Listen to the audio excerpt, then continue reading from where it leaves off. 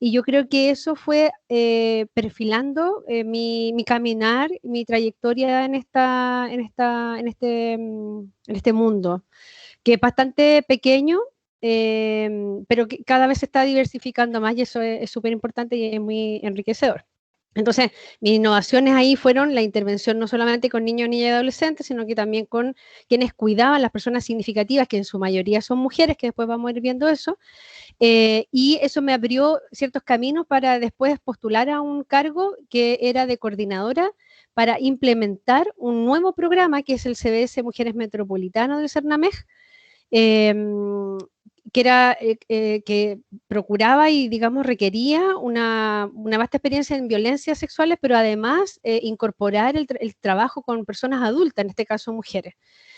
Y después fui buscando ciertas explicaciones, por decirlo de alguna manera, porque habían cosas que no había concordancia ahí con respecto a las explicaciones que generalmente se dan al tema de las violencias sexuales, y entré al Magíster de Estudio de Género. Yo recomiendo, yo no sé si en la universidad ustedes tienen algún plan de término de carrera y seguir con Magíster, pero yo recomiendo de verdad hacer los magíster mucho después, cuando una ya empieza a buscar ciertas explicaciones, ¿cierto? Como básicas y bases que son más teóricas a nuestra experiencia.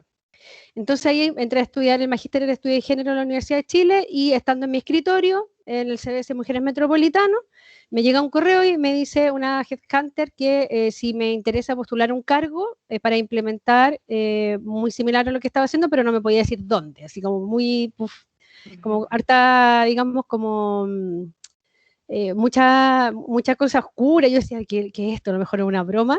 Bueno, y finalmente se trataba, fui quedando en la postulación, fui elegida por los 3 estamentos, lo cual me tiene muy contenta, por los 3 estamentos con un currículum oculto, es decir, un currículum a ciegas, y ahora soy la directora de la Oficina de Género y Diversidad Sexual de la FEN, de la Universidad de Chile, y hay una área de atención y una área de prevención. Entonces, ahora atiendo a hombres, mujeres, diversidades, ¿cierto? Y el área de prevención que va a los 3 estamentos de la facultad. Así que estoy muy contenta. Ese es mi bien resumidito. Muchas gracias. Y bueno, lo que nos convoca hoy día es hablar sobre las consideraciones desde la perspectiva de género para los diagnósticos, las prácticas, experiencias en la detección de violencias sexuales. Entonces ahí Inés nos va a empezar a compartir en la pantalla su presentación y vamos a ir, digamos, dialogando en este proceso, y posteriormente, si surgen algunas inquietudes, las podemos ir resolviendo al final, o si son muy necesarias, las podemos ir, a medida que vayamos avanzando, ir leyendo también sus comentarios. ¿Se ve? Sí, sí se ve, súper. Vale, ya. Bueno, primero que todo, darle las gracias a todos quienes asisten. Espero no ser latera, y si lo soy me avisan y llevamos cambiando la metodología. Principalmente quise circunscribir esta información en términos prácticos desde la perspectiva de género, porque creo de acuerdo a mi experiencia, es la que más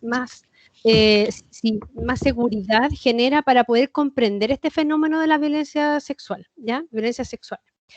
Acá hay una lámina que en algunas oportunidades yo la muestro, y se refieren a algunas personas que esto ya pasó de moda, que en realidad esto ya no va como para poder comprender que es rosado y azul. Sin embargo, es importante conocer cuáles son como aquellas cosas que se van naturalizando respecto al comprender los géneros desde una heteronorma, ¿ya? Que no tiene que ver solamente con los colores, rosado y azul, sino que también, bueno, y a veces con otras gamas de colores, por ejemplo, las flores, qué sé yo, donde hoy día, 2021, 2020, uno va escuchando así como, ¿cómo te vas a poner esa polera? ¿Cómo te vas a poner eso? Vas a parecer...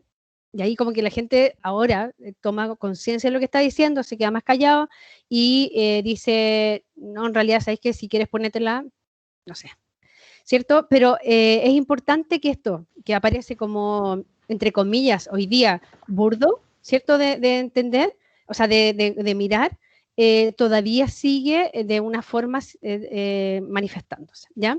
Cuando hablamos de binarismo, estoy haciendo una contextualización desde la teoría de género, cuando hablamos de binarismo estamos hablando de lo heteronormativo, donde se ha de alguna forma generado ciertas relaciones entre lo femenino y lo masculino. A ver, ahí hay después le voy a dejar una bibliografía que las voy a compartir en la presentación y Claudia se las puede entregar. Hay una autora que se llama Judith Butler, que ella dice, a ver, wait, si hablamos de hombre-mujer, ¿cierto?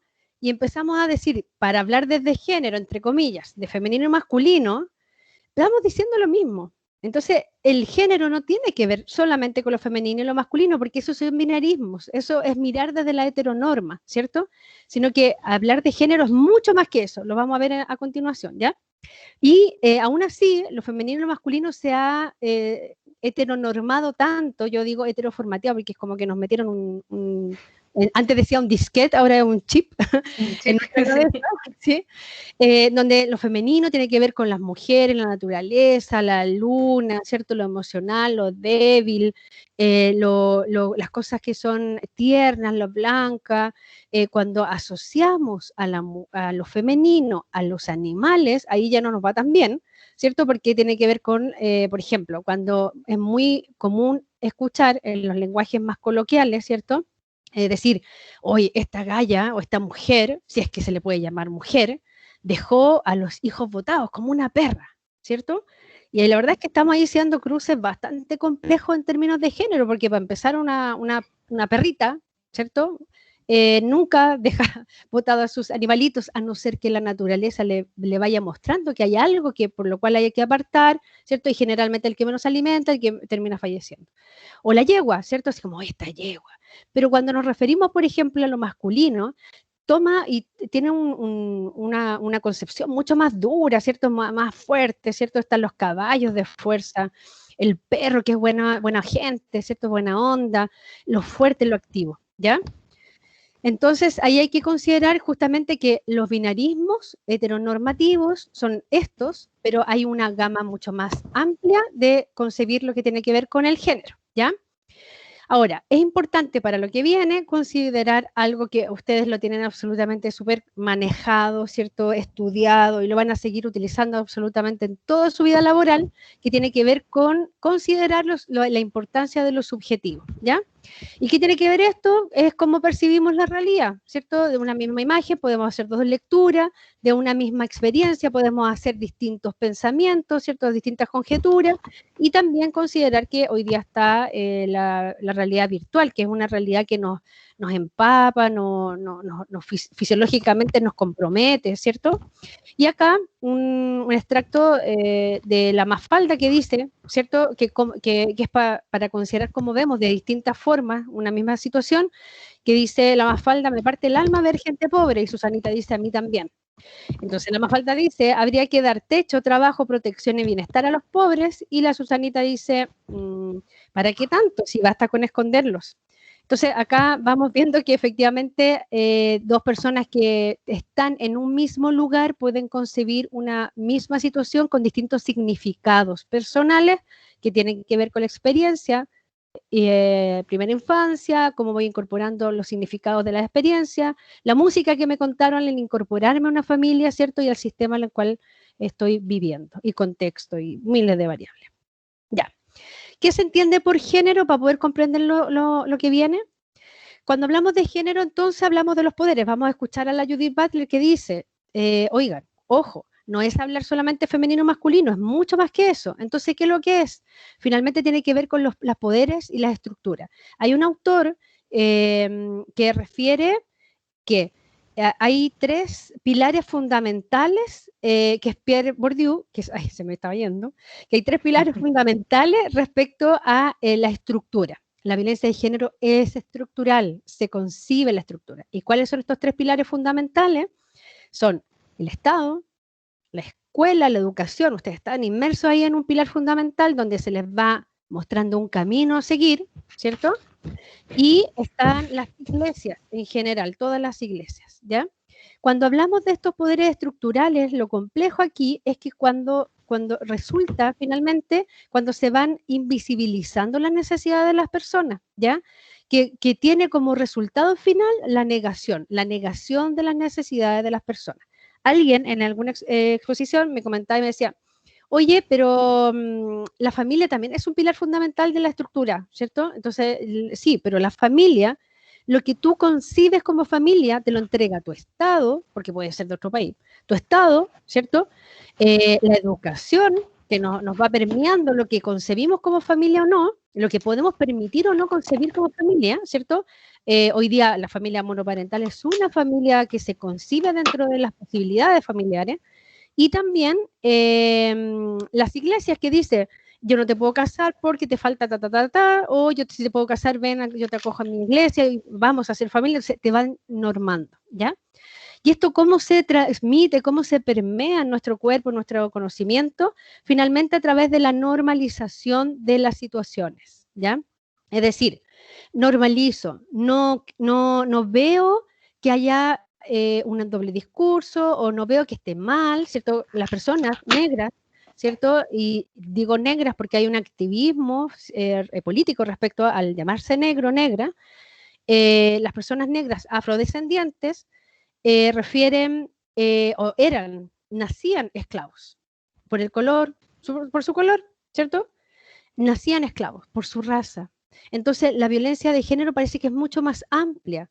Ve cómo se van generando los poderes de relaciones de dominación y subordinación, ¿cierto? En aquellas personas que al parecer normalizando más bien las situaciones, tienen menos jerarquía dentro de la sociedad y la cultura, ¿ya? Es decir, las personas negras nacían esclavas. Estaba esperando una guaguita y esa guaguita iba a ser un esclavo, esclava. Dependiendo de que si era niño o niña, era el destino que le tocaba si era fuera o dentro de la casa, ¿cierto? Entonces, basta que alguien diga, oye, esto no está bien, desnormalizo y digo, oye, pero esta cosa no está bien, ¿cierto? Y van surgiendo movimientos sociales que son tan importantes y que van generando visibilizaciones respecto a situaciones que son violentas y están normalizadas. Entonces, cuando esto pasa, ocurre o finalmente tiene como resultado una ley Zamudio, ¿cierto? En donde dicen, oye, no podemos tolerar que las personas que pertenecen a las diversidades sexuales sean así, ¿cierto? Marcadas y asesinadas. Esto no es un asesinato común. O sea, no es que lo mataron y le pegaron un tiro, lo escuchillaron, sino que los marcaron. Hicieron marcas en su cuerpo. Esto no es común. Entonces, hay una familia, hay dolor, ¿cierto? Hay movilización, hay comprensión, incorporación de personas que pertenecen, en este caso, a la diversidad, se movilizan y dicen, esto no está bien, esto no hay que normalizarlo, esto es violencia. Y aparece la ley. Ahí está la ley Emilia, ¿cierto? De una familia que iba en su silla la niña y viene una persona con consumo de alcohol, los choca y mata a la niña que estaba su familia siguiendo todas las recomendaciones de seguridad. Entonces ella dice, esto no está bien. O sea, ¿hasta cuándo vamos a permitir a las personas consumir, o sea, conducir con el consumo de alcohol? Y aparece la ley Emilia. Entonces, si se dan cuenta, las grandes movilizaciones sociales que dicen esto no hay que normalizarlo, esto es violento, ¿cierto? Finalmente son las que van promoviendo los cambios a nivel social y cultural. Ahora, ¿cuál es lo complejo? Que cuando nos damos cuenta de esta violencia sin una familia que haya muestre una situación tan compleja de muerte, ¿cierto?, de su hijo, de su hija, es cuando estamos frente a la punta del iceberg, ¿cierto?, que dice aquí hay una manifestación de violencia que finalmente sea naturalizado, sea normalizado por mucho tiempo y de hecho es parte de la estructura que nos permite hacer o no hacer, ¿cierto? Y dice quienes tienen más o menor valor dentro de esta estructura social y cultural, ¿ya? Yo trabajé, como les dije, en un programa de violencia sexual en donde aquí siempre me salían las personas cuando se hacía como esta charla a nivel municipal, pero que hay municipios que tienen más o menos recursos, que eso es real, ¿cierto? Pero los tratamientos en términos de la acogida, que es lo que a ustedes les compete, de la acogida, ¿cierto? La primera escucha, la primera acogida no era la misma en un sector, por ejemplo, Vitacura, que en una persona, en una mujer de Renca. O sea, la mujer de Renca, de hecho, era cuestionable. Dice, ¿pero qué estáis haciendo acá? ¿Y qué? No sé qué, y muchas cosas que vamos a seguir viendo ahora, ¿ya? Entonces, esto es importante, este engranaje es súper importante para entender la violencia de género. Entonces, cuando uno dice, ¿qué es lo que es género? Dicen, es la manifestación de violencia de hombres a mujeres.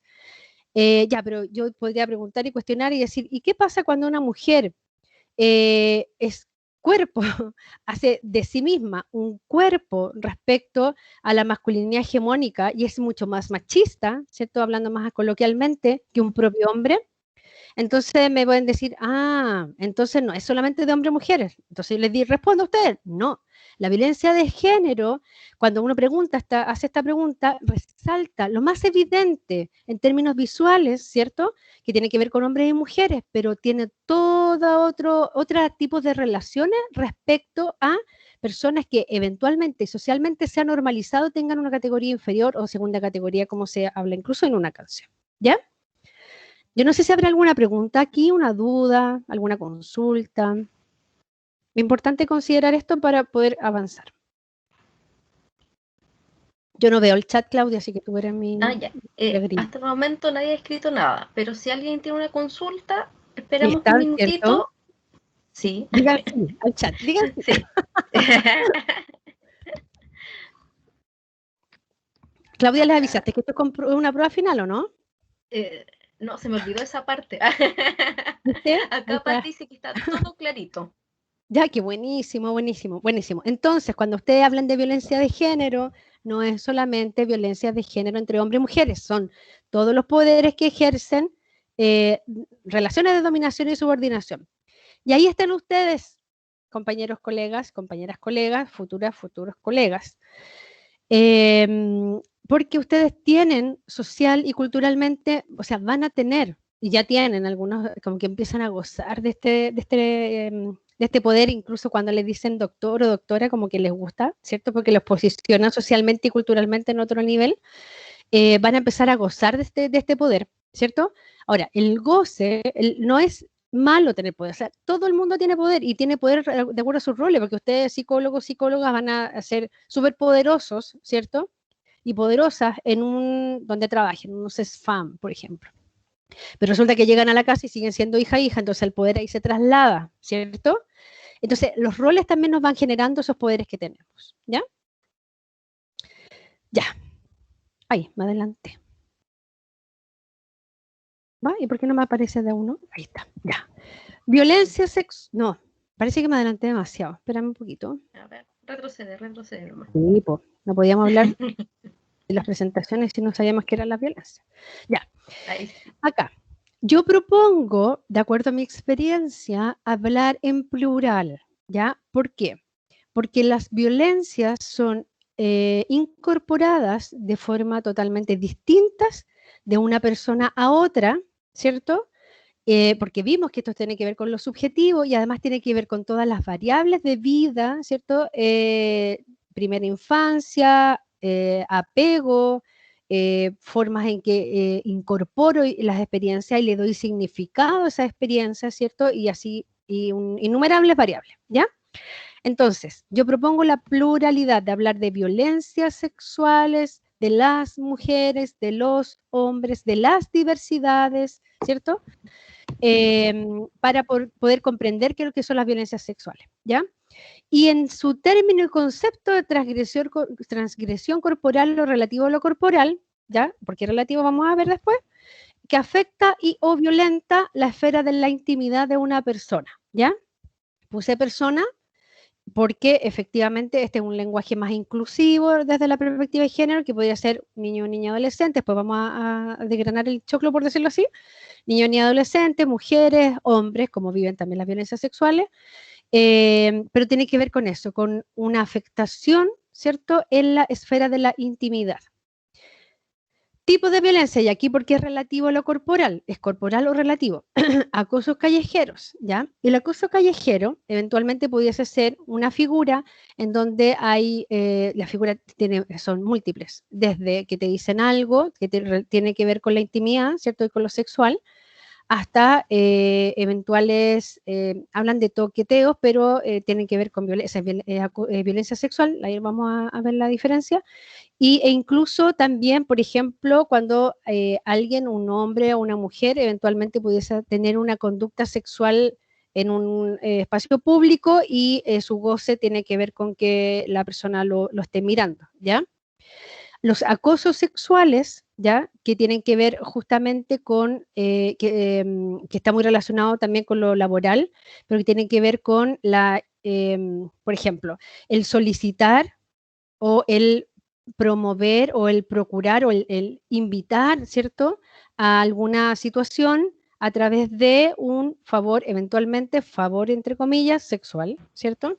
Lo que también se relaciona con lo laboral respecto a posiciones, ¿cierto? El ciberacoso, que es una figura que hoy día está, yo no sé si está más presente, yo creo que está tan presente como antes, ¿ya? Y otras formas virtuales en donde de repente hay no sé, podría yo estar representando esto, alguien entregó el link y ingresa, oh, violencias sexuales, uff, me pasan cosas y digo algo y me salgo del chat, por ejemplo. Los abusos sexuales que tienen que ver con cuando las personas tocan el cuerpo, ¿cierto? Cuando yo recibo tocaciones de mi cuerpo en cualquier parte, digamos, que tenga que ver con lo erótico, y con connotación, porque me podrían tocar una pierna, ¿cierto? Pero con una connotación sexual, las violaciones, que es la penetración anal, anal, bucal o vaginal, ¿cierto? Y las violaciones tumultuarias, que en sí misma lo puse como una categoría distinta porque efectivamente tiene en la significación en sí misma una, por decirlo así, como una afectación absolutamente mucho más compleja, ¿ya? ¿Cuáles son las presentaciones de estas situaciones de violencia? Efectivamente pueden ser eventualmente sobre un episodio único, ¿sí? O bien una violencia sexual reiterada, ¿ya?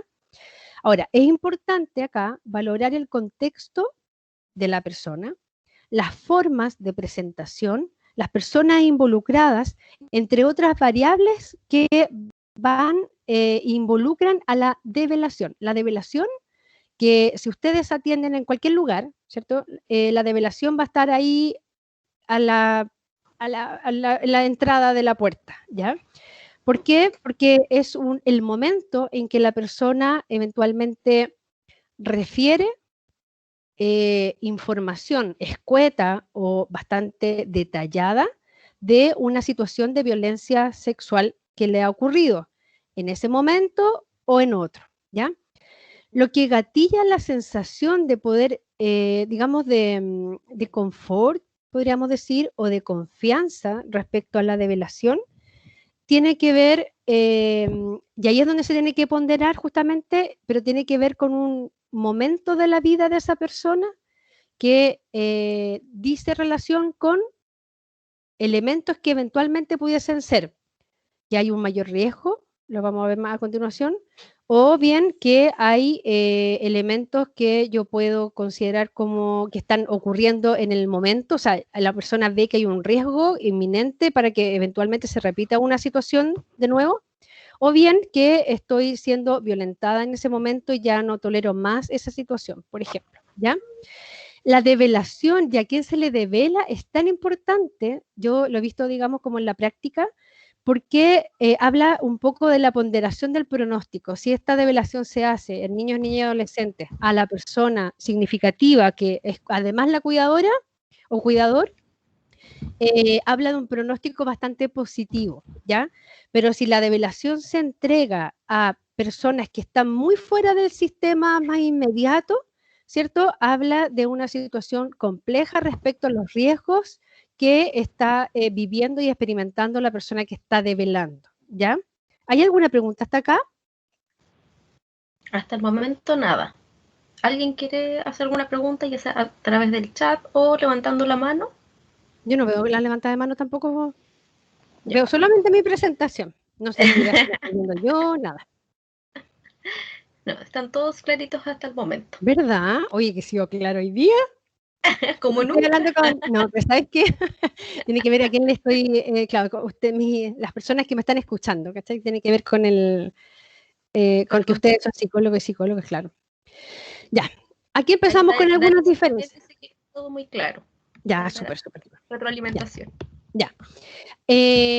Aquí esto es súper importante como para poder ir diferenciando ¿cierto? Cuando se presentan o cuando ustedes de alguna forma acojan relatos de violencias sexuales en niños, niñas y adolescentes y en personas adultas, que podrían decir, es que obvio que son distintos. Pero en realidad hay, cuando las personas se enfrentan a esto, por ejemplo, una psicóloga de CESFAM que trabaja infancia, por ejemplo, eventualmente pudiese solicitar la atención de la persona que cuida, la persona significativa de quien está atendiendo. Y resulta que la persona significativa les dice, mira, ¿sabes qué? A mí me pasó esto, que tiene que ver con violencia sexual. Y eso es una revelación. Entonces, no solo por entender que yo trabajo en un área, es el área en que me tengo que especializar o que tengo que conocer la red o que tengo que no. Por eso yo quise hoy día hablar tanto de niños, niñas y adolescentes como también de personas adultas, ¿ya? Mi experiencia más va, antes de la facultad, mi experiencia más iba, por decirlo así, entonces, por la atención de mujeres adultas, ¿ya? Yo antes hablaba de las mujeres adultas y porque es la presentación más, lamentablemente, más frecuente que uno encuentra en atención. Pero también me ha tocado atender, y antes también, hombres que han sido violentados, ¿ya? Y también, obviamente, las diversidades sexuales que yo creo que van en segundo lugar respecto a las violencias. Ahora, es importante considerar, y aquí empezamos con la diferencia, respecto al bien jurídico protegido en las situaciones de violencia sexual. Esto es una información que ustedes van a tener, que a veces incluso ustedes se la pueden preguntar a un abogado, a una abogada, y les va a, porque los abogados y abogadas se van especializando, ¿cierto? Y tú le puedes decir, oye, ¿cuál es el bien jurídico protegido en las situaciones de violencia sexuales en niños, niñas y adolescentes? Y van a decir, no sé. Porque eso no es un tema que se sabe tanto, a no ser que una persona sea especializada, pero para usted es importante saberlo. ¿Por qué? Porque en niños, niñas y adolescentes se protege la indemnidad sexual. Y en las personas adultas se protege la libertad sexual. Y esta diferencia de cuál es el bien protegido, yo lo puse así en términos jurídicos para que ustedes vayan ampliando la mirada, es lo más importante a la hora de intervenir. ¿Ya? ¿Por qué? Porque en la indemnidad sexual, ¿qué significa? Significa que un niño y un niño, una niña o una adolescente no debe ser acercado, sometido, involucrado en situaciones que por etapa de ciclo vital le corresponden. ¿Ya? ¿Qué quiere decir eso? Que, bueno, y que esto se toma harto, digamos, a quienes hemos hecho diagnóstico y pericias en el ámbito de las violencias sexuales, respecto a ir cruzando situaciones que un niño o una niña eventualmente pudiese saber, ¿cierto? Por la edad. Porque hay cosas que social y culturalmente se van transmitiendo. De repente hay baños que están rayados con figuras, ¿cierto? Entonces yo puedo saber cuál es la figura como externalizada, ¿cierto? De un aparato genital. En niños, niñas y adolescentes. O el tema de los olores y así algunas cosas que dicen con severidad que efectivamente algo está ocurriendo. Respecto a las personas adultas, la libertad sexual, y esto es súper importante desde la perspectiva de género, súper importante. ¿Por qué? Porque habla y dice que las personas, independiente de cómo se vistan, de dónde vayan, de la hora que salgan, del barrio en que habiten, de los tragos que se tomen, nunca, nunca, nunca, nunca debe ser violentada sexualmente esa persona. Nunca. O sea, no es razón, y ahí ustedes se tienen que mirar cuando digan, cuando alguien analice y diga, oye, ¿sabes que a fulanita le pasó tal cosa? ¿En serio? Sí, chuta, pero dicen que estaba muerte curada. Ah, bueno, pues, entonces, cuando esas situaciones vayan dando o explicándose de esa forma, ustedes, como ya tuvieron esta charla y me han escuchado y espero no se hayan lateado, van a decir, ahora entiendo, ella, independiente de dónde estaba, si estaba muerta curada, si yo puedo tomar los tragos que quiera, ¿cierto? Y lo ideal, y ahí va, digamos, como el cuidado personal, ¿cierto? De tener un espacio, digamos, protegido, de donde voy a tomar hasta que ya la mano no se levante, por ejemplo, ¿cierto? Eso tiene que ver conmigo, pero lo que los otros y las otras pueden hacer conmigo, porque yo estoy en cierta situación de vulneración, eso tiene un digamos, un delito y tiene un bien protegido que tiene que ver con la libertad sexual, donde se ve mermada esa libertad porque no hay conciencia y digamos que mi consentimiento está absolutamente viciado. Con una copa de vino, es importante considerarlo, el consentimiento ya está viciado porque en la copa de vino alguien le puede hacer cosquillas en la guata y a otro le puede dejar tirada en el suelo, ¿ya? Entonces, no es la cantidad de vino que tomo, la cantidad de alcohol que tomo, sino que es la promover el cuidado de la persona que tengo enfrente. Ya, indicadores de violencia sexuales, ya acá los separamos un poquito, ¿ya? Cuando trabajamos desde la perspectiva de género es súper importante, y acá lo puse con rojo, subrayado, y si hubiese podido tener un luminoso que dijera así, se sugiere cautela en la observación de indicadores, se sugiere cautela, y así repetirlo todo el rato. Porque niños, niñas y adolescentes, ¿cierto? No hay a ver, yo he aprendido en la práctica que no hay un checklist, que de repente las personas pueden decir, no, que cuando estás más agresivo porque están siendo violentados, y además si se hace pipí en la cama, no, ahí tenéis 2 indicadores, entonces lo más probable es que sí, ¿ya? Y empezamos a movilizar. No, cautela, cautela, porque hay indicadores o sintomatologías, signos que eventualmente se presentan en una persona y que no tienen necesariamente directa relación. Puede que sí, como puede que no, ¿ya? Entonces lo que yo puse acá son las cosas que yo he visto más frecuentemente, ¿ya? Y de hecho puse al final algo que ahí lo vamos a ver al tiro, vamos a ir por punto. Mayormente silenciamiento, ¿ya? Hipersexualización del lenguaje y o del juego que se puede cruzar con la etapa de ciclo vital. Juego repetitivo que generalmente también tiene una connotación sexual o de cuidado, ¿ya?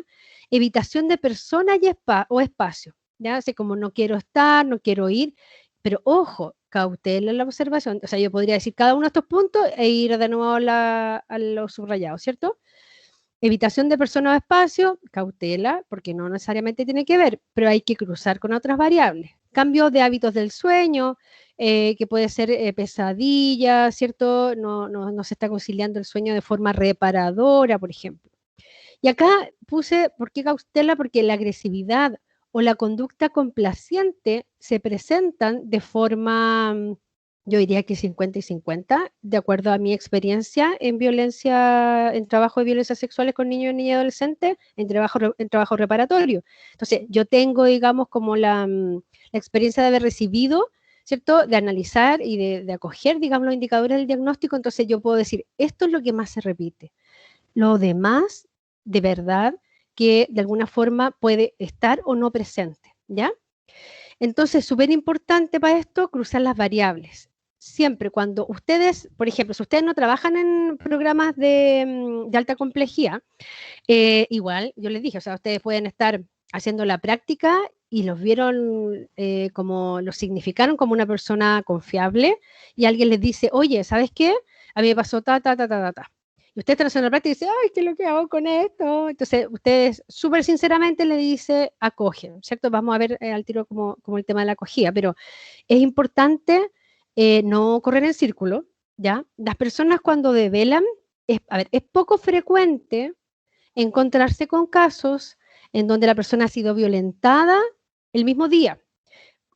Ustedes, digamos, ustedes como personas externas al sistema familiar. ¿Por qué? Porque si la persona fue violentada el mismo día, lo más probable es que primero acuda a las personas significativas, ¿ya? Si es que devela el mismo día. ¿Por qué? Porque eso significa que su sistema familiar y social es bastante confiable y acogedor para ese niño, niña y adolescente. Por eso lo hablo al tiro, ¿ya? Si no lo hablo al tiro, es probable que ustedes se lo encuentren, ya sea si estudian psicología educacional, si se van a un programa de atención primaria de salud, no sé, se pueden encontrar con estas situaciones, ¿ya? Pero cuando, independiente de dónde ustedes se crucen con esto, tienen que evaluar y ponderar los factores de riesgo. Alarmar, es decir, yo digo alarma, no alarmar así como esto no es importante, no es eso. La alarma, ¿cierto? Tiene que ser bastante cautelosa, porque un niño y una niña, ¿cierto? O un adolescente puede haber confiado en ustedes, decirles, oye, me pasó tal cosa, no tan, obviamente mucho más compungido, pero me pasó tal cosa, y resulta que si yo hablo, yo sé que me van a pegar. O yo he visto cómo tal persona, si es del sistema familiar, le hace tal cosa, entonces yo tengo miedo, ¿cierto? Entonces hay que acoger el miedo, hay que acoger los temores y hay que tomar calma, ¿cierto? No correr, no transitar, digamos, ni dar vuelta en círculo, ¿ya? Conocer el circuito, eso es súper importante, conocer el circuito para entregar la información de los pasos a seguir, ¿cierto? Evaluar si efectivamente en los factores protectores existen personas que sean significativas y que sean protectoras, que no es la misma persona a veces, ¿ya? Porque una persona significativa puede ser una persona que es menor de edad y que no tiene competencia a través, digamos, de las redes que vamos a ver un ratito, para poder generar o iniciar algún proceso, ¿ya? Entonces, hay que ver una persona adulta que sea significativa para ese niño o esa niña, pero además contenedora y acogedora, ¿ya? Respecto a mujeres adultas, ¿ya? Y ahí voy a ir haciendo, digamos, como un poco, digamos, la relación con hombres. Existe, bueno, la ponderación técnica de los síntomas y signos, ¿cierto? Las cuales se cruzan con las variables, depende del momento, de la cronicidad y del tiempo en que se vive esa experiencia. Porque ya no estamos trabajando con niños ni adolescentes, estamos trabajando con personas adultas. Y la persona adulta puede ser que haya sido violentada más de una vez, ¿cierto? En la infancia, una vez en la adultez, y eso gatilla, ¿cierto? Todo aquello que eventualmente puede resultar de la dinámica que se configura en la infancia, ¿ya? Esa dinámica puede ser altamente compleja. ¿Por qué? Porque puede haber estado silenciada, no haber sido trabajada, no haber sido resignificada y por tanto presentar una serie de síntomas que vamos a ver acá respecto a la atención cuando nos podemos encontrar. ¿Cuáles eventualmente pueden ser los indicadores? Síntomas corporales en la práctica que se presentan de alta frecuencia, la fibromialgia. Yo he atendido mujeres que han sido operadas, no sé, innumerables veces, no innumerables, pero no sé, 4 veces de la columna y que el último diagnóstico, el sexto, por decirlo así, es fibromialgia. Y eso está relacionado, siempre está obviamente la posibilidad de que no se presente de esta forma, pero está muy relacionado con las violencias sexuales o violencias en el cuerpo, que tienen que ver como con las huellas corporales finalmente, cómo finalmente estas situaciones se van generando en el cuerpo y se van sedimentando y se van manifestando a través del dolor, ¿cierto? Y que la fibromialgia hoy día es un diagnóstico que está haciendo por algunos médicos incipientemente estudiado y por otros ya va mucho más allá. El silenciamiento tiene que ver con los factores, variables consideradas por la persona violentada, ¿cierto? En el momento, si es un espacio seguro o no respecto a poder decir lo que está ocurriendo. La conducta evitativa, ¿cierto? Es como van a dar una noticia, yo la apago, me van a contar algo, me dice, no sé, yo empiezo así como, ay, no quiero escuchar, o mis gestos corporales. ¿Yo me estoy viendo, Claudia? No, ya. No, solamente la presentación. Ya, estaba haciendo cara de que, ay, que no me gusta, que guácala, ¿ya? Porque hay gente que le cuenta a otra que situaciones de violencia sexual, ¿cierto? Y empiezan a poner esta cara así como que, ¿ya? Y eso pasa y ocurre, digamos, finalmente que habla también de evitaciones, no estoy diciendo que toda la gente que pone cara de, ha sido violentada, sino que tiene que ver con eso, ¿ya? En algunas personas. La evitación de, obviamente, de personas, de espacios, generalmente las mujeres adultas u hombres adultos que han sido violentados en la infancia, que han sido violentadas dentro del sistema familiar, por ejemplo, que hay una configuración, por ejemplo, que se puede conversar y analizar, ¿cierto? En la infancia a veces silencian, ¿ya? Y silencian porque llevan de alguna forma como la carga de no desestructurar el sistema familiar, ¿cierto? O sea, yo me callo porque yo si hablo, las familias se van a enemistar, o si está dentro de mi casa, eventualmente puede quedarle embarrada y se van a separar. Entonces yo asumo y acojo y todo y me lo incorporo internamente, todas estas situaciones de, o sea, me silencio finalmente para poder favorecer el equilibrio o la dinámica, la continuidad de la dinámica familiar, ¿ya? La disociación ideoafectiva, en donde ustedes encuentran personas, y esto se ve en hombres y mujeres, que efectivamente dicen, yo estoy muy afectada, pero la verdad es que, cuéntame un poco más, que no sé qué, la verdad es que yo me cuesta hablar de esto porque me da mucho dolor, y ustedes se dan cuenta que lo que está diciendo no tiene directa relación con la emocionalidad, ¿cierto? De lo que está comentando, o sea, hay personas que se conectan efectivamente, o sea, usted, no puedo hablar porque tengo tanta pena, porque ¿cierto? Y hay una conexión, pero a veces y generalmente hay disociación. Y esta disociación finalmente ha sido casi un puntal como un mecanismo de defensa para poder sobrevivir a esto. Por eso habla de las sobrevivientes, ¿ya? Y de los sobrevivientes. Se asocia generalmente a trastorno límite de la personalidad, ¿ya? Que finalmente ahí lo que se recomienda como desde la intervención es trabajar aspectos bastante concretos de las situaciones en términos de la significación, ¿ya? Por ejemplo, cuando se le teme a muchas personas, hombres que conducen un taxi. Ahí como que me fui achicando en el ejemplo, así como hombre conduce taxi, violento, agresor, ¿ya? Como que yo voy entregando ciertos elementos que me hacen entender que esa persona lo más probable es que sea, y si tiene la cara de tal forma, más todavía, qué sé yo. Entonces, de alguna forma también se va asociando a situaciones concretas, por ejemplo, lectura, acuerdos firmados con las personas que ustedes atiendan y que tengan trastorno de personalidad. Yo he aprendido que hay que decir, ya, hoy día hablamos ta, ta, ta, ta. ¿Está de acuerdo? Sí, estoy de acuerdo. Ya, vamos a escribir esto, lo voy escribiendo en una hojita y lo firmamos. Entonces hay acuerdos, bueno, va a depender de, digamos, digamos, de las orientaciones que ustedes tomen en términos psicoterapéuticos, pero por ejemplo yo a veces solicito tareas que tienen que ver de observación para poder cruzar con experiencias, sintomatología, ¿cierto? Con sensaciones, significado, y dejo tarea, entonces después de dejar la tarea, entonces firmamos. Entonces, ¿qué es lo que pasa? Que después vamos con eso que es súper concreto de la sesión. Ocurre a veces que las personas con trastorno límite de la personalidad dicen, pero es que usted no me dijo. Po. No, no, no, no, no, no. Si usted... Entonces, creo que pasa que hay ideas, digamos, como idealizaciones y que nos llevamos súper bien con las personas que estamos atendiendo, y eso cuando se rompe un poco, la idealización se quiebra y es totalmente que puede ser súper perjudicial para el proceso psicoterapéutico. Entonces, si ustedes detectan diagnósticamente, yo les recomiendo escribir. Ha sido, digamos, una herramienta que me ha servido mucho, mucho, mucho. Y cambios en hábitos en general, ¿ya? Ay, de nuevo más adelante. Aquí queda, ¿cierto? Ya. Entonces, acá dice cruce de variables, que hay que hacerlo con la temporalidad en los factores de riesgo.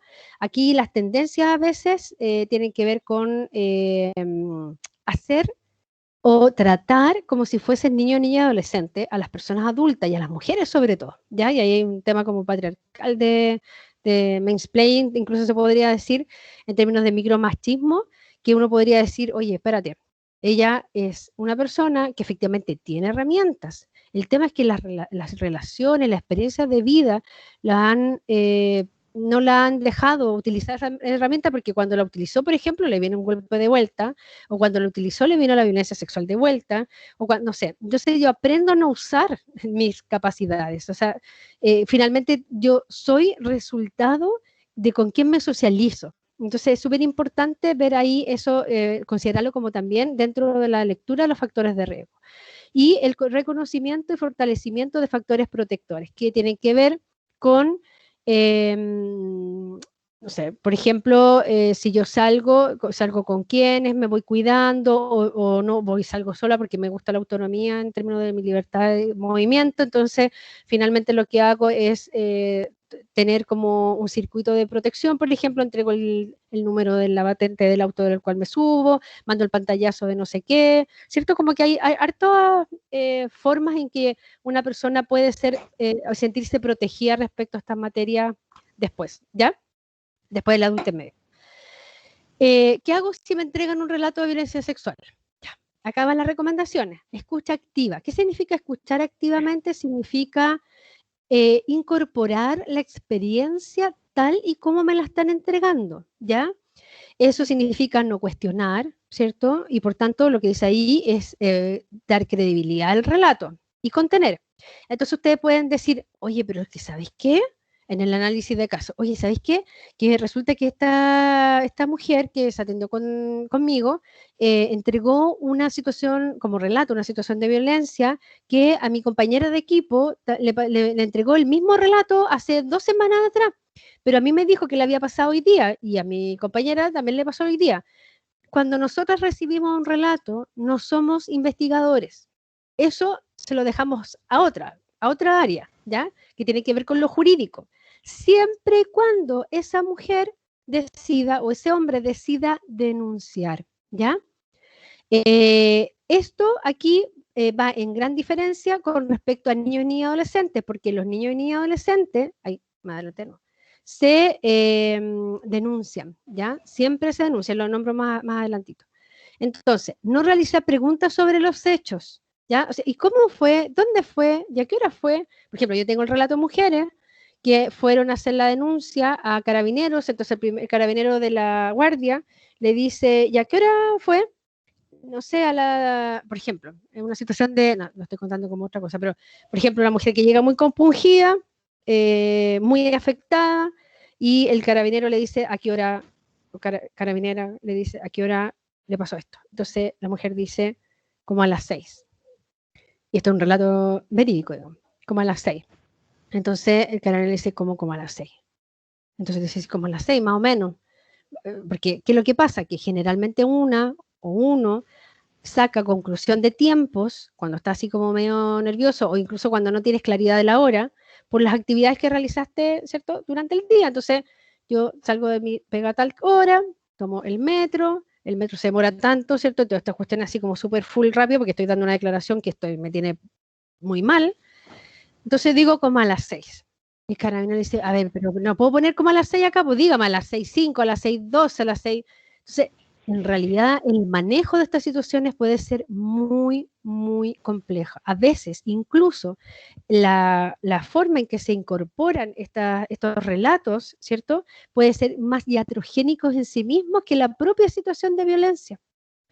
Cuando pasan estas situaciones dentro del sistema familiar, eh, puede ser la respuesta familiar o de la persona significativa, si no es adecuada, mucho más iatrogénica que la propia situación corporal que deja más huellas, y ahí pasa, digamos, a otro plano, deja más huella a nivel corporal, pero en lo afectivo y lo emocional deja más huella la respuesta de quienes reciben los relatos, ¿ya? Entonces, no realizar preguntas sobre los hechos. Esta lámina yo creo que se la repartiría a todo el mundo, la pondría en Twitter, la daría en todos lados, porque de verdad que creo que es importante considerar esto. Sondear las redes personales e institucionales. Las personas dicen no tengo a nadie, siempre, siempre, siempre. Cuando están o se ven muy solas y tienen una historia de vida o están con estados de ánimo que las lleven a contestar así. Pero siempre hay alguien, ¿ya? Cuando los niños y las niñas comentan esto, siempre hay alguien, incluso podría ser una persona significativa que no nos va a colaborar en términos institucionales, ¿cierto? Pero que es una persona muy importante y relevante en la historia de este niño y adolescente, por ejemplo, ¿ya? Y las personas adultas, mujeres, generalmente cuando tienen hijos siempre hay redes, siempre hay alguien a quien encargarle a los niños, las niñas, cuando yo tengo que hacer algo y soy madre, ¿ya? Siempre, siempre, siempre, siempre, siempre. Uno puede indagar, hasta puede ser la persona, no sé qué, bien lejana, pero resulta que no es tan lejana porque yo le estoy encargando el cuidado de personas que me importan, ¿cierto? Ya, y las redes institucionales, porque eventualmente los niños y las niñas o adolescentes pudiesen estar insertos ya en programas y siendo visualizados por ejemplo, por el Sename. Entonces ya están en la red, por decirlo así, en algún programa que incluso podría ser hasta de reparación o resignificación en estas materias. O sea, es decir, que o yo niña, estoy trabajada, estoy, digamos, recibiendo un proceso psicoterapéutico reparatorio o resignificativo por X situación, pero que eso no esté dando cuenta de una mejor interna, o bien que lo estoy reeditando y reviviendo esas situaciones y develo por una otra vez, ¿cierto? Por una segunda vez, o bien ahora develo, porque antes no develé, vieron que ocurrió la situación, por ejemplo. ¿Me entienden? Como que hay eventualmente muchas situaciones, o sea, podríamos analizar y hacer análisis de casos así, pero extenso, con respecto a esto. Pero hay que sondear redes personales e institucionales, ¿ya? Conocer el estado de la persona, cómo se encuentra, en qué estado está, si es persona adulta, bueno, lo podemos ver que le pasó la violencia sexual, hoy día se tomó miles de pastillas y no está, digamos, está con situaciones así como hablando incoherencias, se está quedando dormida o bebió, qué sé yo, ¿cómo está? Está tranquila, o sea, está tan desbordada que si yo le digo, sabe que no sé qué hacer, la señora me dice, ya me voy, y que puede pasar ni siquiera mirar y que la atropellen, no sé. ¿En qué estado está? ¿Ya? Buscar apoyo de instituciones competentes, por eso les digo yo, que ustedes pueden recibir el relato, eso es inevitable, pero yo escucho, acojo, doy credibilidad, ¿cierto? No hago preguntas y le pregunto, ¿y tienes a alguien con quien confiar? Y ahí voy abriendo un poquito digamos, como el soporte, el sostén que le voy a entregar a la persona para que esté contenida, ¿cierto? Paralelamente, buscando instituciones competentes, por eso siempre es importante saber las redes que ustedes tienen a nivel comunal, regional, ¿ya?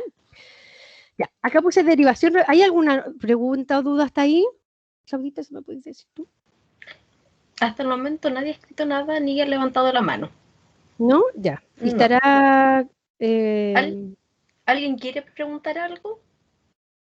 Ahí lo dejamos abierto también para ver si alguien sí, si no, quiere al hacer final. alguna consulta. Sí, sigamos avanzando. Hoy las preguntas de prueba. Ya. Entonces, derivación, referenciación, ¿ya? ¿Dónde derivo o referencio? ¿Ya? Aquí vamos a hacer la diferencia. Cuando hablamos de niño y adolescente, ¿cierto? Luego de ponderar los factores de riesgo, y si estos son altos, se debe activar, por ejemplo, a la OPD, que es la Oficina de Protección de Derechos, ¿ya? Que pertenece digamos, a la red o el circuito de atención del CENAME, ¿ya? La Oficina de Protección de Derechos recibe el relato de algo que ocurrió.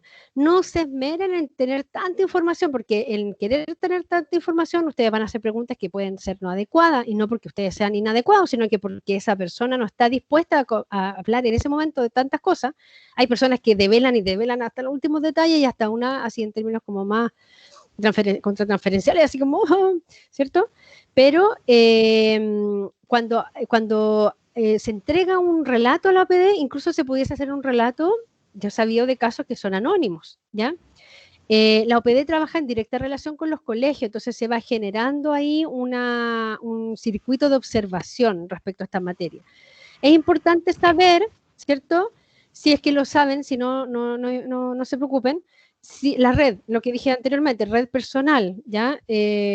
Porque a veces la OPD justamente se comunica con el colegio para saber cuál es la historia de ese niño, esa niña, ese adolescente dentro del establecimiento educacional, para saber si cuenta o no con redes personales, porque si sabemos que el colegio sabe que hay violencia, aquí hay BIF dentro de la casa, ¿cierto? Que los niños a veces llegan violentados y que ellos están así súper como enredados en cómo poder abrir este tema. Y más encima la OPD viene y dice, oye, ¿sabéis qué? Nos llega este relato que hay una violencia sexual en esta familia. Obviamente hay quienes son los expertos y hay un área jurídica en la OPD, es la Oficina de Protección de Derechos, que va a proteger, ¿ya? Independiente de quien reciba la develación, se debe realizar la denuncia. Esto es súper importante, lo mencioné anteriormente. Acá, como se procura la indemnidad sexual, que un niño, una niña, un adolescente no tenga experiencia, que no deba tener ninguna experiencia, que no tenga relación con su etapa de ciclo vital, ¿cierto?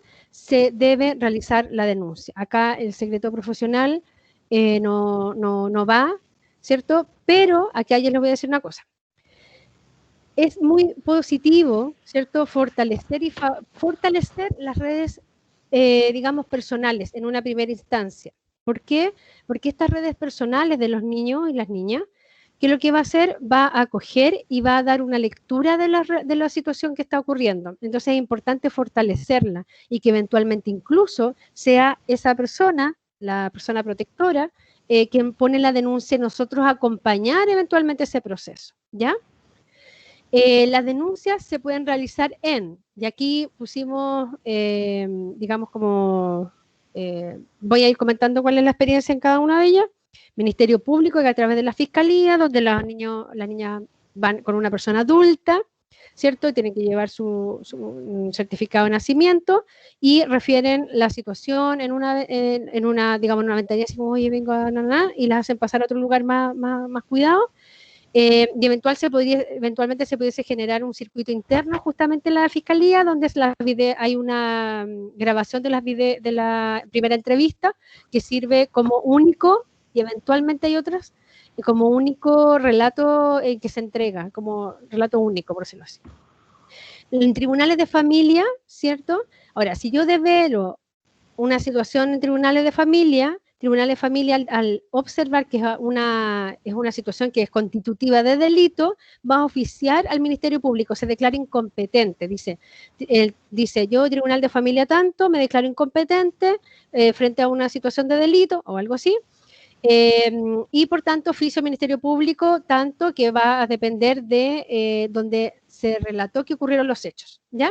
Cuando yo hago, no sé si ustedes saben, pero cuando yo hago trámites en tribunales de familia, tiene que ver con el domicilio del niño ni adolescente o de la persona afectada que quiere hacer ese trámite, y cuando se habla de un delito en términos penales, se va a la fiscalía que corresponde al territorio donde ocurrió tal delito. Ya, por ejemplo, si yo vivo en Lampa, acá en Santiago, y me violentaron en la cisterna es donde digamos, en este caso San Miguel, que, claro, el Ministerio Público que comprenda San Miguel es el que va a tomar mi caso, ¿ya?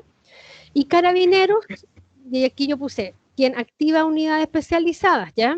Y acá yo tendría como un cuidado especial, porque a veces el manejo, no sé si ustedes saben, pero yo trabajé también en Cernamej. Una de las grandes tareas que tuvimos ahí fue sensibilizar al área de carabineros y policía en estas materias, porque son complejas en su tratamiento, y Carabineros tiene una rotación súper continua, que tiene que ver con objetivos más institucionales, súper continua de las comisarías, qué sé yo, de los lugares y de los puestos. Entonces uno capacitaba en un mes a uno y después ya volvía al otro mes, ya no estaban los mismos, o a veces duraban más tiempo en esos espacios. Entonces yo creo, si es que no existe una unidad especializada de carabineros, creo de verdad que es mejor ir directamente a tribunales de familia, o sea, perdón, a fiscalía o tribunales de familia, ¿ya? De acuerdo a mi experiencia. La PDI también, o sea, no es lo mismo que yo vaya a un cuartel X a que yo vaya a que yo vaya, digamos, al departamento de delitos sexuales. No es lo mismo, porque hay personas que están especializadas y otras no, ¿ya? O directamente al servicio médico legal. Claudia, en La Serena hay servicio médico legal, porque hay regiones en las que no. Mira, ahora ahí están implementando, o sea, lo remodelaron y todo, pero no sé bien cuál es el funcionamiento que tiene en la actualidad. Ya, mira, les voy a contar un poco la experiencia de acá, que ojalá ustedes, ya que van a ser interventores sociales, puedan ahí promover los cambios. Acá en Santiago está el servicio médico legal, que, bueno, es una cuestión gigantesca, ¿cierto? Con muchas unidades, y si yo voy y manifiesto, sea niño ni adolescente, o sea una mujer adulta o un hombre, ¿cierto? Una persona en las diversidades, voy al servicio médico legal y digo, me pasó tal cosa, o sea, me hacen pasar como un cubículo, que es privado, y digo, me pasó tal cosa, y me pasan a la unidad de violencia sexual, ¿ya? La unidad de violencia sexual es especializada porque, de hecho, hay una unidad donde están todo, digamos, como el aparato médico para poder sacar todo lo que el fiscal diga, y hay dos oficinas, una de carabineras y uno de policía de investigaciones, mujer, que son especializadas en el área y que eventualmente a quien me deriven va a depender, digamos, la disponibilidad en el momento, ¿ya? Pero hay dos, ¿ya? Entonces, la carabinera, por ejemplo, me voy a dedicar a ese ejemplo, llama por teléfono al fiscal de turno y el fiscal de turno dice, le explica, la carabinera dice que tengo acá un niño menor de edad, de que tal, características tales, esto ocurrió hace rato, no sé, o esto ocurrió recién. Y el fiscal de turno, de acuerdo a su experiencia, va a ir comentando y sugiriendo, diciendo, ya, si esto, él va a pensar, estoy hablando como, estoy haciendo su pensamiento. ya, como esto ocurrió hace tiempo, entonces no voy a tomar pericias, digamos, como físicas, porque no tiene sentido, sino que le voy a decir a la carabinera que lo mande a una, no sé, que active, por ejemplo, medidas de proteccionales, que no sé qué, ¿ya? O también podría decir la fiscal o fiscal, ya, como ocurrió esto ahora mismo, hace como 3 horas, por favor, carabinera, solicite las medidas de inspección genital y fotografía, No, eso tienen todos un nombre, pero es así, ¿ya? Entonces, ¿quién oficia las medidas a tomar? Son los fiscales, no son los carabineros de turno, ellos hacen lo que le dicen, no son la PDI de turno, ellos hacen lo que le dicen, ¿ya? Entonces, luego de la denuncia y del estado emocional del niño o niña, se activa la red de atención especializada a través de las medidas, ¿cierto?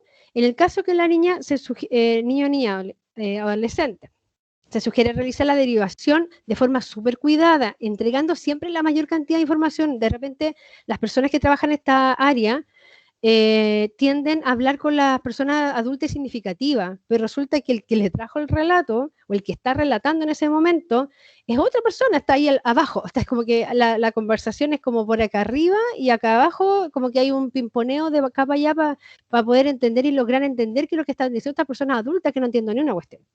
Entonces, tenemos que informar, por ejemplo, a la persona que es la que voy a derivar. En los niños y adolescentes se habla de derivación, ¿ya? Por tanto, tiene que ser cuidada, contenida, ¿ya? Con las personas significativas o que ejercen el rol de cuidado. En las personas adultas, que son principalmente mujeres, de acuerdo a la presentación, servicio médico legal en caso de ser violación, y yo me imagino que allá también va a ser igual, Claudia, así que yo creo que hay que preguntar, o sea, yo creo que es súper importante estar preguntando cuáles son independientemente si yo estoy en el área o no, cuáles son las prestaciones que está haciendo acá el servicio médico legal, qué sé yo.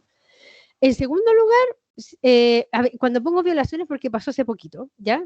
Ahora, si yo quiero igual ir al servicio médico legal y me pasó hace mucho tiempo en la infancia y aún no está prescrito, porque la imprescriptibilidad es de cuando se promulga la ley en adelante, ojo con eso, no generar expectativa en el área.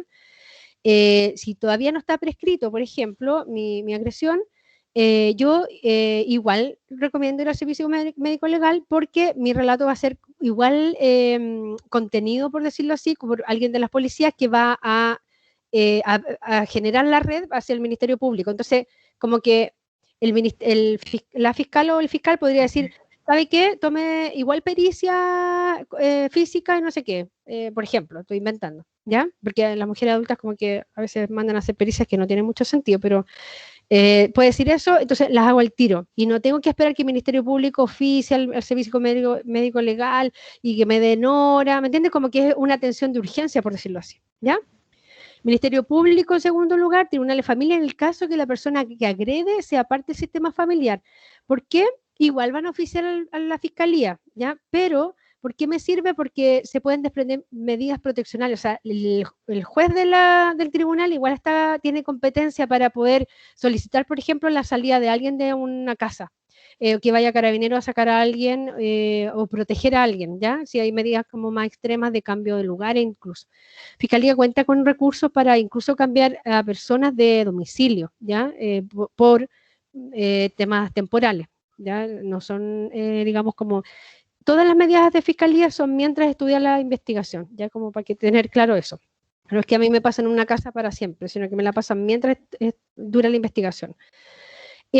Conocer la red de atención especializada, que es escasa, y en mujeres adultas o hombres adultos, y en diversidades sexuales, más escasa aún, pero principalmente es particular, ¿ya? Entonces hay que, si ustedes se dedican al área, tener como la tarifa diferenciada, que siempre hablamos con la Claudia. En estos casos se sugiere realizar referenciaciones de forma cuidada. ¿Por qué hablamos de referenciación? Porque cuando son personas adultas, la derivación, de alguna forma, de acuerdo a mi experiencia, puede que esto sea refutado por otras personas, pero yo, como estoy hablando yo y no está la otra persona acá, digo que de mi experiencia, infantiliza a extremo a las personas. Entonces, cuando llegan las personas a tal lugar donde yo la derivé, estoy hablando de personas adultas, sí, donde la derivé, yo le pregunto, ¿y quién la derivó para acá? El psicólogo del COSAM. Ya. Y dígame, ¿cuál es el motivo por el cual usted viene? ¿Cierto? es que el psicólogo del COSAL me derivó, ¿cierto? Entonces, ¿cuál es el motivo? ¿Cuál es el motivo? El motivo, digamos que el motor de la búsqueda de atención en esta área es sumamente importante cuando se trata de mujeres sobre todo, o de personas en general, ¿ya? ¿Por qué? Porque hay una tendencia a la infantilización. O sea, yo cuando atendía a mujeres no me era tan raro ver a trabajadoras sociales, principalmente mujeres, que venían acompañando a la paciente, vamos a hablar al tiro de eso, que le decían, ya, pues, ya, pues, ya, pues, acuérdate de decir todo lo que tienes que decir adentro, así como que fuera una niña. Y en realidad la derivación en sí misma es un acto, creo yo, de acuerdo a mi experiencia, vuelvo a repetir, que infantiliza, ¿ya? Entonces, ¿cuál es mi pega cuando hago una referenciación? ¿Qué es referenciar? Decir, existe tal espacio de atención para tal y tal cosa. De acuerdo a lo que yo sé, hacen esto, esto, esto, te van a llamar, no sé qué, y le explico. Aquí está el teléfono, aquí está la dirección. Sé que puedes llamar, o sé que solamente tienes que ir y pedir la hora presencial, o sé que están atendiendo online hoy día, no sé. ¿Me entiendes? Como que mostrar la información para hacer la referenciación, decirle acá hay quienes te pueden colaborar y apoyar y orientar respecto a lo que tú estás pasando hoy día, ¿ya? Eso evita la infantilización. Y además promueve la creación de herramientas, las personas que estamos referenciando, y además promueve el hecho de que yo respete mis propios timings como persona en búsqueda de atención, mis propios timings en relación a lo que, al momento en que quiero esa atención y además a la información que yo eventualmente quiero agregar o decir, ¿ya? Porque yo puede ser que alguien me pareció muy confiable y le conté todo, le conté a la Inés todo lo que me pasaba, con lujo y detalle. Pero resulta que la Inés me dijo, ya sé que te voy a derivar a tal lugar porque allá atienden lo que tú me estás contando, que te van a atender mucho mejor, le pongo bien bonito el cuento, y no te preocupes porque te van a llamar. Y resulta que yo conté todo lo que me dijo ella, pero yo no le pregunté a ella si me autorizaba a contar todos los puntos que aparecen ahí, porque una cosa es decir, yo no les voy a decir lo que tú me dices, pero ella no sabe cuánto uno dice, ¿cierto?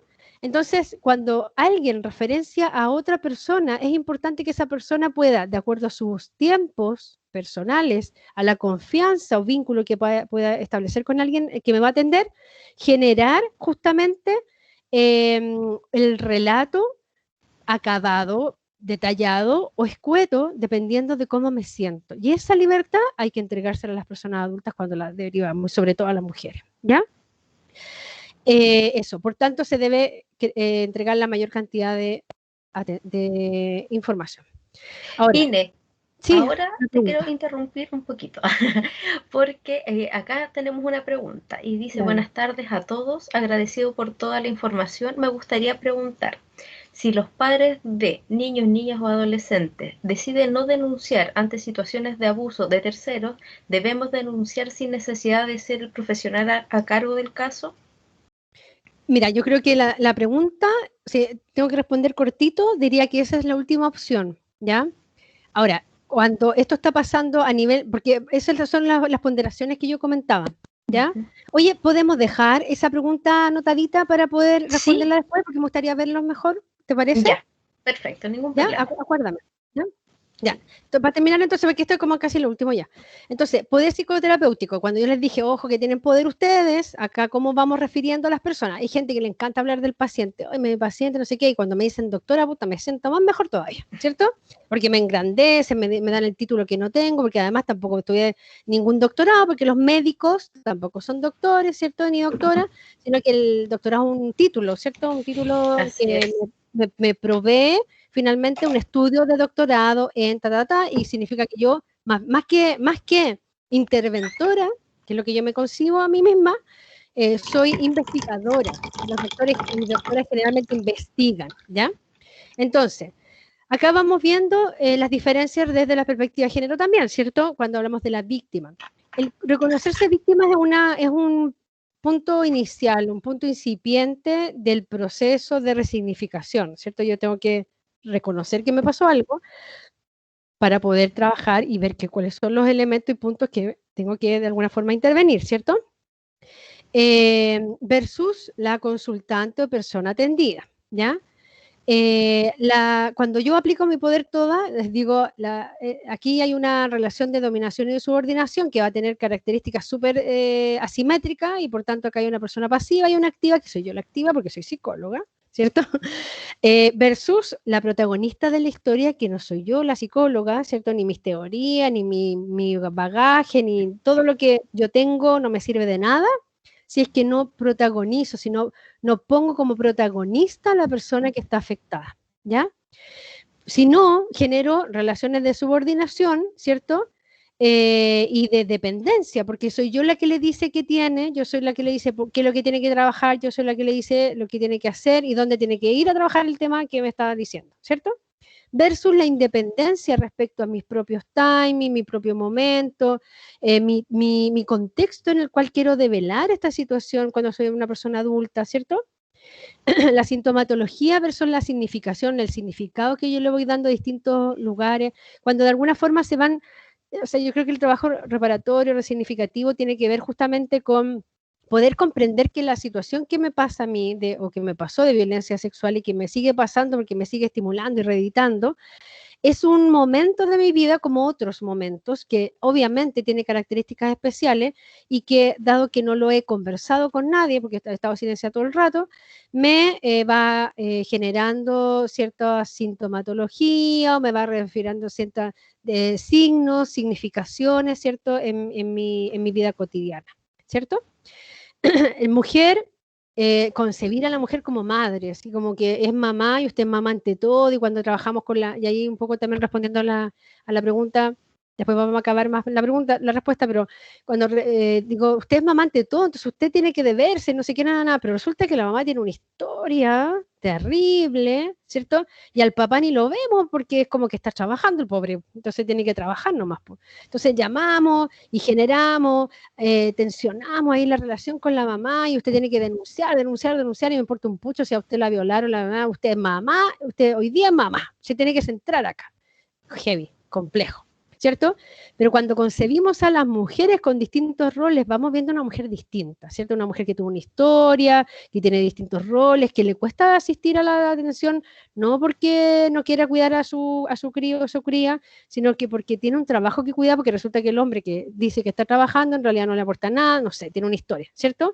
O al hombre, ¿cierto? Que es un hombre contextualmente y socialmente que tiene una carga social y cultural bastante compleja en términos de actitudes, conductas y formas para poder ser hombre. Si te salís de eso, ya no eres hombre, eres de la comunidad LGTBIQ+.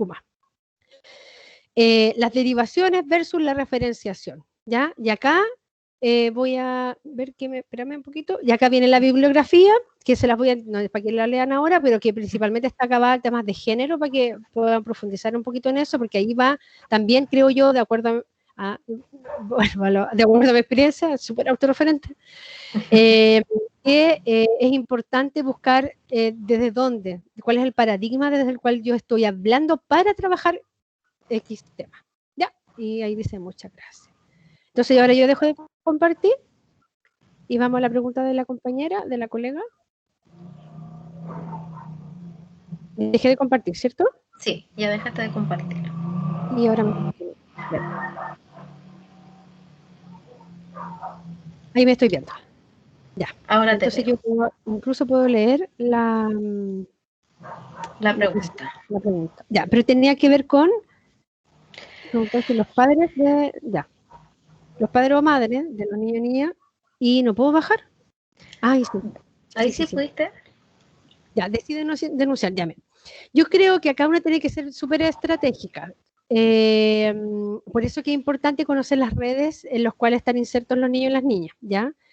¿Estratégico en qué sentido? Que, a ver, si yo voy a mostrar ejemplos. Si yo denuncio, yo psicóloga tengo el relato vivido de una situación que le ocurrió a un niño o una niña, y denuncio porque resulta que en mi valoración o en mi análisis de los factores protectores y de riesgo, acá los papás y mamás están en una situación de riesgo altísima, ¿cierto?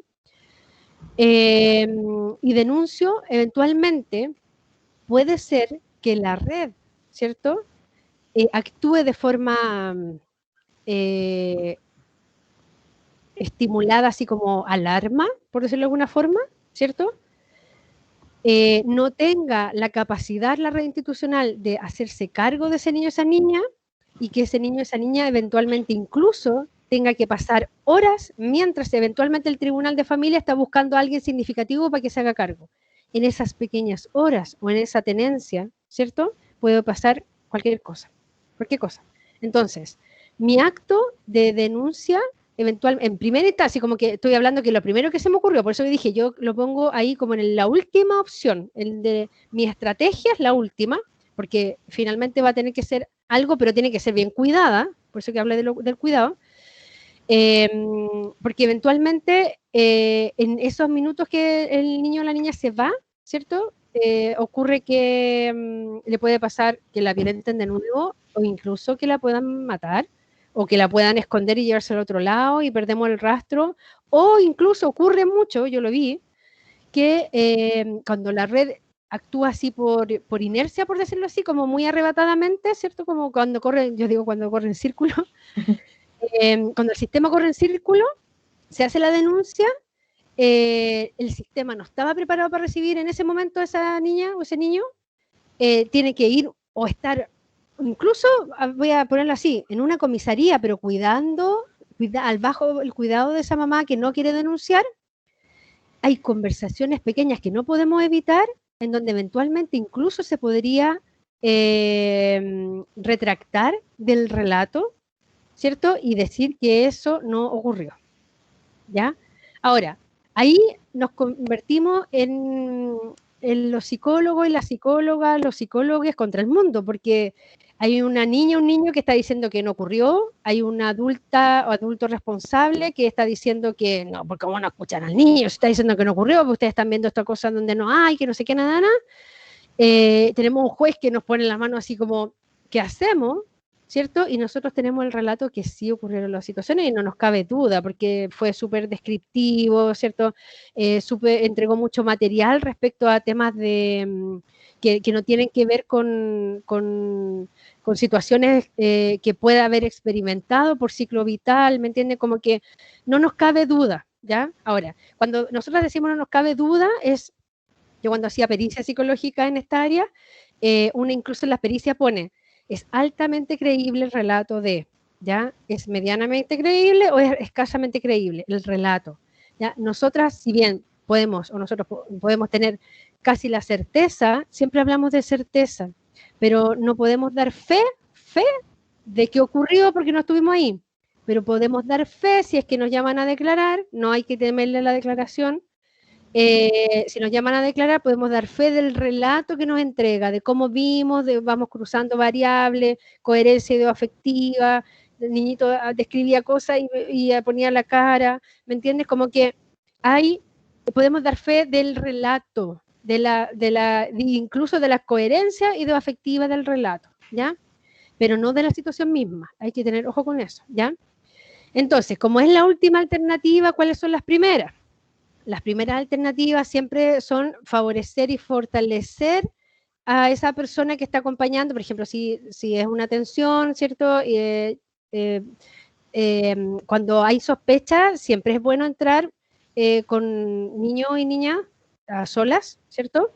O sea, yo de acuerdo a mi experiencia, es súper importante primero entrar con el menor de edad, con la menor de edad, ¿cierto?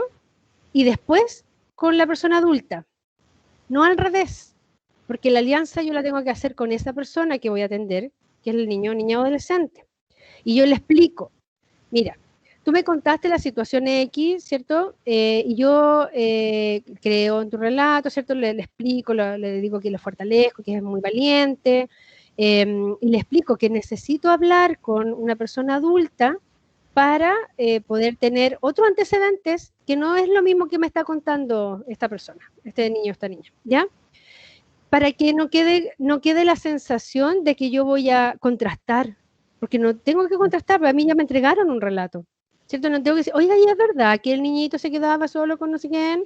¿Cierto? No, yo no tengo que hacer, yo no soy quien investigo, no estoy en esa área. Yo lo que tengo que ver en ese encuentro es la capacidad protectora de esa persona y de movilidad, ¿cierto? Es de movilidad. Ocurrió tal cosa y le tengo que decir a ese niño, a esa niña que... Entonces, puede ser, incluso me estoy acordando de muchos relatos que se me vienen en la cabeza, atendió hartos, pero, por ejemplo, podría ser, no, es que no le diga, no le cuente porque me van a pegar y me van a retar, que no sé qué. Entonces, yo, obviamente, ¿cierto? Si es una situación que me dice que está pasando hoy día dentro de la casa, es una situación de riesgo altísima. Entonces, tengo que ponderar.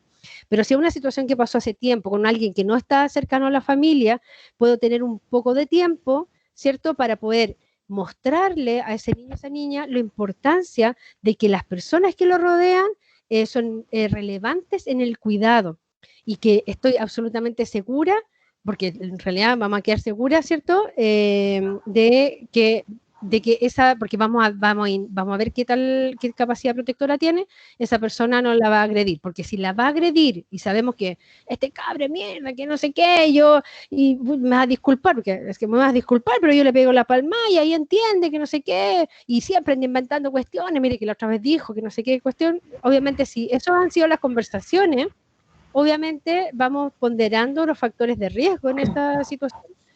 Se van activando otras redes que tienen que ver como, por ejemplo, la OPD, ¿cierto? Directamente la OPD, yo llamo la OPD, que tiene que ver con la comuna donde vive el niño o la niña, y le digo, sabes que hay esta situación y cuidado y ojo con esto porque no hay, los factores protectores son escasos dentro del sistema familiar, por ejemplo. ¿Ya? Entonces, la OPD ingresa y va sondeando con el colegio. Entonces, se va haciendo una estrategia bastante cuidada para el momento de la develación a la familia, porque el niño o la niña ya develó. Entonces, ¿qué es lo que hace el sistema? El sistema se tiene que adecuar y cuidar, ver que todo esté bien ordenadito para que ese niño o esa niña no sea violentado por haber develado, ¿cierto?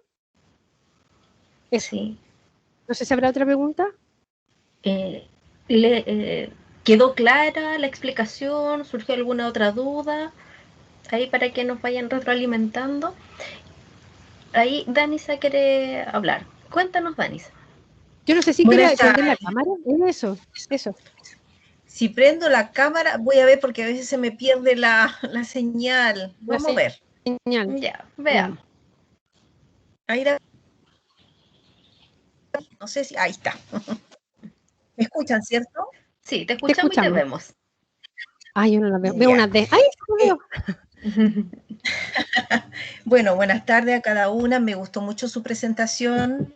Es muy interesante porque son aspectos que nosotros como profesionales ya tenemos que comenzar a entender cómo funciona y cuáles son, que son herramientas súper importantes, como dice usted o decía anteriormente, al momento de enfrentarnos a una situación así. Mi pregunta es la siguiente, ya mi compañero hizo la primera parte, es qué tan frecuente es que, en este caso, los adultos, que son las personas que están a cargo, los cuidadores de los niños, se retracten de la denuncia. En niños, estoy hablando de niños, niñas, adolescentes. ¿La retractación en dónde? ¿En los niños o la niña? En hacer la denuncia. En los niños, niñas y adolescentes. Sí. Mira, va a depender de los factores protectores existentes dentro de la familia, ¿ya? Pero es bastante común. Incluso entregan de alguna forma como que bastante astuta la forma de retractar, ¿ya? De mostrarle, porque finalmente lo que está haciendo la persona adulta está frenando el hecho de la denuncia para mantener la estabilidad familiar o incluso la seguridad vital dentro de una comunidad. Porque a veces ocurre que mi hija va a denunciar al que trafica y yo no tengo posibilidad de salir de esta casa. Entonces, como los motores que existen son infinitos, por eso es que es importante siempre conocer el contexto en que ocurren estas situaciones, no solamente quedarme con eso para también ponderar y ver cuáles son las redes que yo tengo que habilitar y activar, ¿ya? ¿Y cómo tengo que activarla? Porque yo tengo que entregar información. Ahora, Cuando, si es común, sí, es común, ¿ya? Principalmente en familias que presentan altos grados, o sea, donde hay consumo de alcohol, violencia intrafamiliar, ¿cierto? Donde se quiere, incluso, a veces no está nada de eso presente, pero hay una dependencia económica, estoy hablando de las experiencias que he tenido, dependencias económicas con la persona que agrede, ¿cierto? Entonces se silencia la situación de violencia y se traslada, ya, a ver, voy a hablar primero de las situaciones, cómo se van silenciando, pero se silencia la situación de violencia también para mantener esto como, armonía, una armonía bastante ficticia, ¿ya?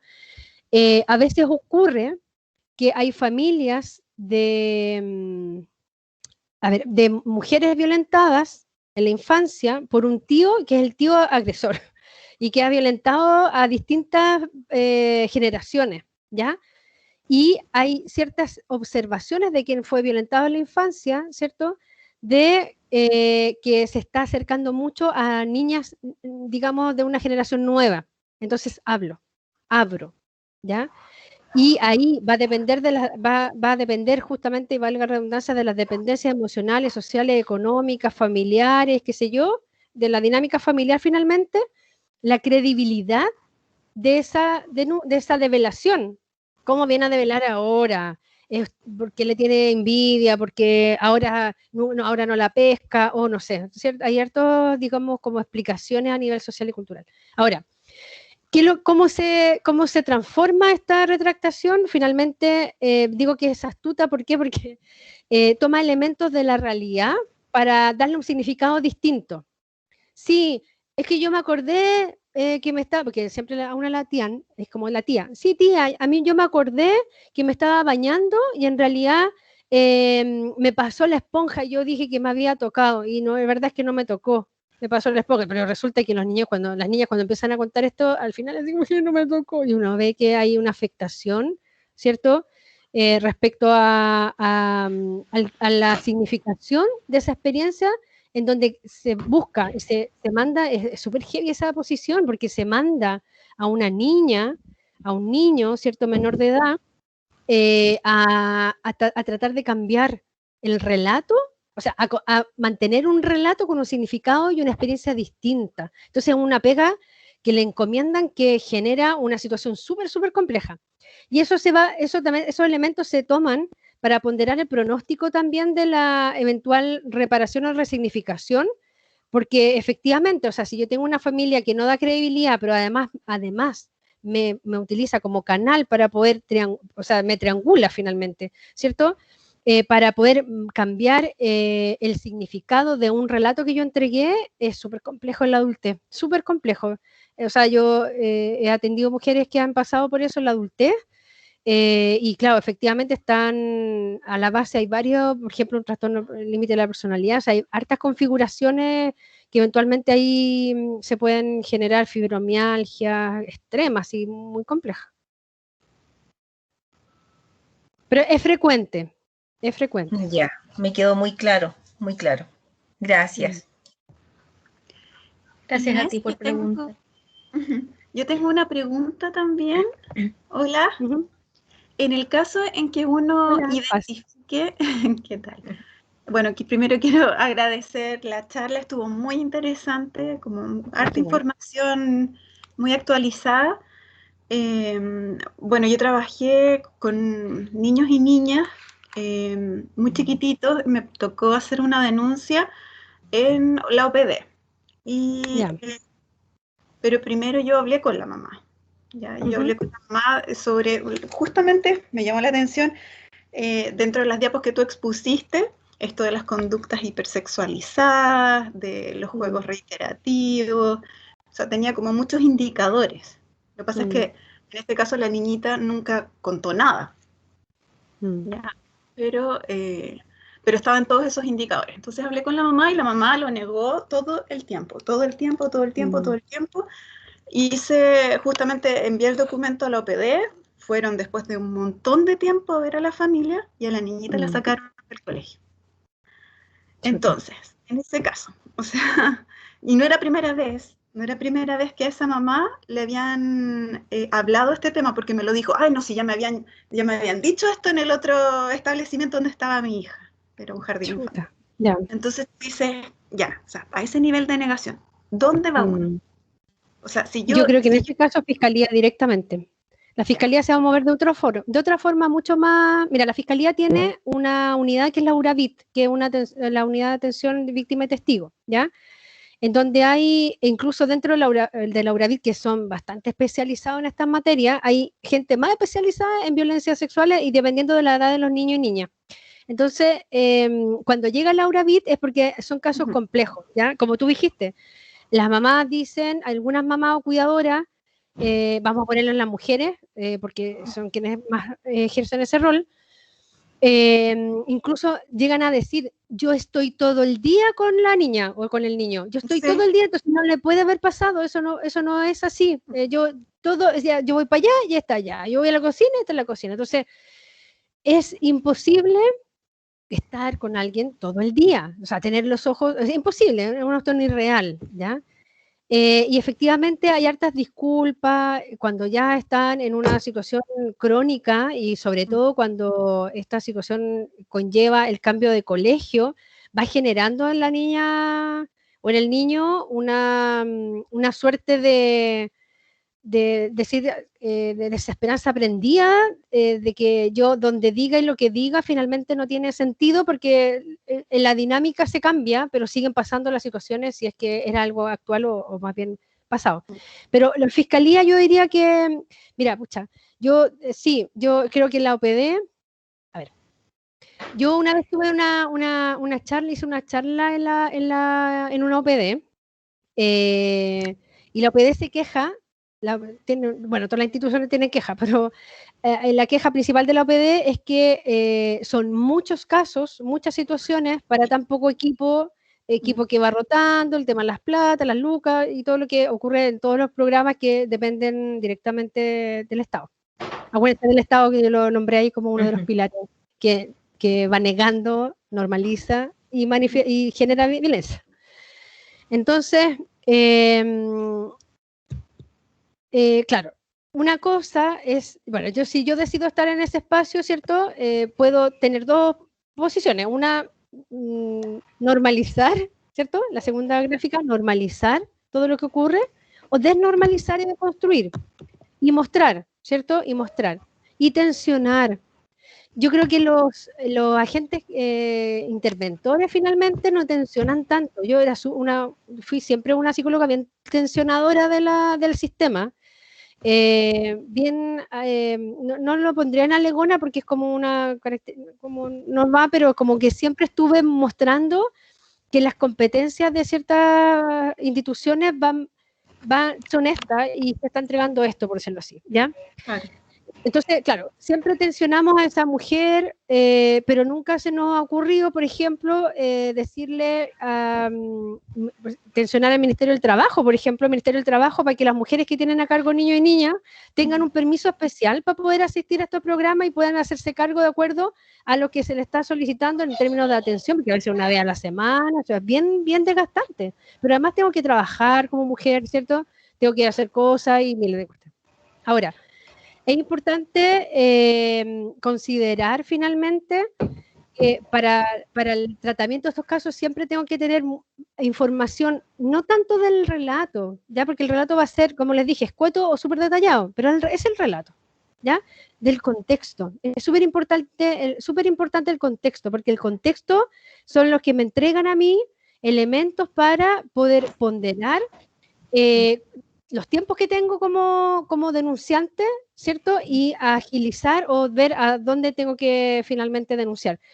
Si la OPD en el sector que, no sé, como que las experiencias también nos van entregando, si la OPD no está siendo diligente o rápida, finalmente Fiscalía es una instancia que va a articular la red. Ya. Sí. Okay.